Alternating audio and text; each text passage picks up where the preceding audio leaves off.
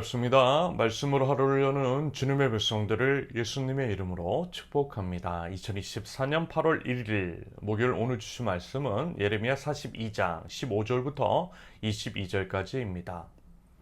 유다의 살아남은 자들아, 너희는 이제 나 주의 말을 들어라. 나 만군의 주 이스라엘의 하나님이 말한다. 너희가 이집트로 들어가려고 하고 그곳에서 살려고 내려가면 너희가 두려워하는 전쟁이 거기 이집트 땅으로 너희를 쫓아갈 것이며 너희가 무서워하는 기근이 거기 이집트에서 너희에게 붙어 다닐 것이다.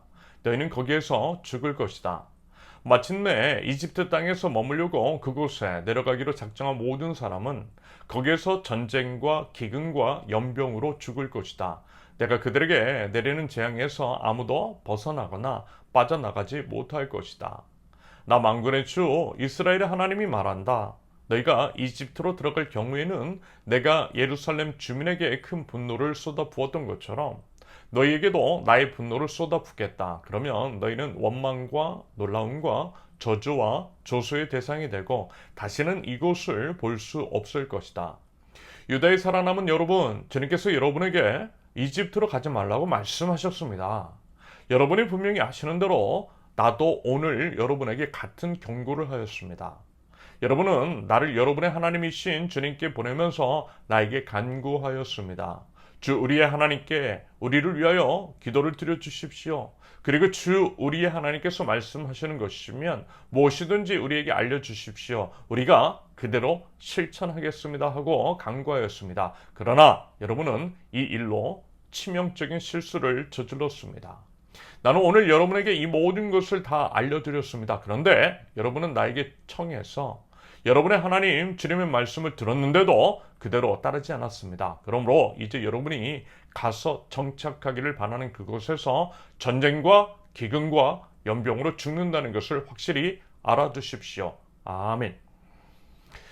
결국 모든 것은 하나님에 대한 무지에서 비롯됩니다. 하나님을 잘 모르기 때문에 몰라서 기껏해야 이제 자신의 수준, 고작 인간의 수준과 상식으로 판단하기 때문에 하나님을 오해하고 하나님께 대해서 바른 태도를 취하지 않는 것이겠습니다. 바른 태도를 취하지 않는 것, 이게 바로 죄인 것이고 그것이 바로 하나님을 마치 우상처럼 여기는 거죠. 그러므로 하나님께서 여러 선지자들의 입술을 통해 말씀해 주셨던 것입니다. 하나님을 아는 지식이 중요하다라고 말입니다. 하나님을 알아야 한다고, 알기 위해서 들어야 한다고, 듣는 것으로만 그치지 말고 들은 그 말씀대로 살아야 한다라고, 그것이 바로 예배라고 계속 반복해서 말씀하시는 것입니다. 여러분 부디 하나님을 제대로 아실 수 있기를 바랍니다. 하나님께서 지혜와 계시의 영을 주사 하나님을 알게 하시고 성령님의 인도하심을 따라 말씀대로의 삶을 살아가는 저와 여러분들, 하나님 나라 백성들 모두 되실 수 있기를 바랍니다. 그러면서요, 하나님은 전지전능하세요. 여러 하나님의 속성이 있지만 그 중에서 전지전능이라고 하는 속성이 하나님 안에 있어요. 전지전능이라고 하는 것은 모든 것들을 다 아시고 모든 것들을 다 하실 수 있으시다라는 것입니다. 하나님은 참으로 전지전능하신 분으로서 우리 머리카락의 숫자까지 세고 계시고요. 심지어는 우리 속마음까지 아세요. 하나님은 말씀만으로 온 천지 우주 만물을 창조하셨습니다. 그러므로 못하실 것이 없으시더라는 거죠. 여러분 이 점을 알아야 합니다. 그리고요, 믿어야 하는 거예요. 물론 인간의 수준, 인간의 상식, 인간의 이성으로는 이해가 가지 않아요. 당연한 것입니다. 그리고 이해가 가지 않기 때문에 오히려 하나님이 하나님이신 것입니다. 여러분 참으로 우리가 이해할 수 있는 하나님이라면 그분은 하나님이실 리가 없잖아요. 인간이 만든 거짓인 우상만이 우리가 다 알고 또 이해할 수 있는 것입니다. 반면에 우리가 하나님을 만들어낸 것이 아니라 하나님께서 우리를 비롯한 모든 만물을 만드셨기 때문에 하나님은 다 알고 계시는 거예요. 여러분 하나님은 다 아신다라고 했어요. 심지어는 속마음까지 다 아신다라고 했습니다. 겉으로 보이는 것은 선이라 할지라도 그 마음 가운데 악을 품고 있으면 하나님께서는 그 악을 다 보시고 악하다 말씀하세요. 가인과 아벨의 제사에서 아벨의 제사는 받으시고 가인의 제사는 받지 않으신 이유입니다. 그러므로 하나님을 속일 생각하지 말라는 것입니다. 하나님을 속일 수 있다라고 생각하는 것은 하나님을 모르고 있다라고 하는 것을 드러냅니다. 하나님을 모르면서 하나님을 예배할 수는 없는 법이고요. 하나님을 모르면서 예배한다고 앉아 있는 것은 소용없는 짓이며 우상 숭배자들이 우상을 숭배하는 것과 같은 행태입니다. 여러분, 정확하게 요한한 일행이 그랬어요. 지금 계속 살펴보고 있는 요한한 일행이 그런 얕은 꼼수를 부리고 하나님을 속이려 했습니다. 이집트로 망명하기에 앞서서 겉으로는 하나님의 뜻을 알아보겠다라고 예레미야를 통해 기도해달라고 했지만 그것은 하나님의 뜻을 알고 그 뜻을 순종하기 위한 선한 마음에서 비롯된 것은 아니었다라는 거죠. 오히려 어땠어요? 자기들은요 이미 답을 정했어요. 이집트에 가기로 이미 정했어요. 결정 다 해놓고 그 결정에 대해서 복이나 빌어달라는 거예요. 정확하게 우상 숭배자들의 행태와 똑같습니다. 여러분, 우상 숭배자들이 그렇잖아요.